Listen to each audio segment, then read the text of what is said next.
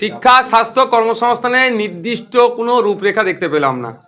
দেশের স্বাস্থ্য ব্যবস্থা কোন জায়গায় দাঁড়িয়ে আছে কোভিডকালে আমরা দেখতে পেয়েছি, কিভাবে আমরা সাফার করেছি।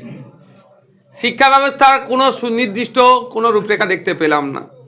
ভারতবর্ষে প্রায় লক্ষাধিক স্কুল বন্ধ হয়ে গিয়েছে বিগত কয়েকটা বছরে, সেটাকে পুনরায় চালুর কথা কোনো শুনতে পেলাম না।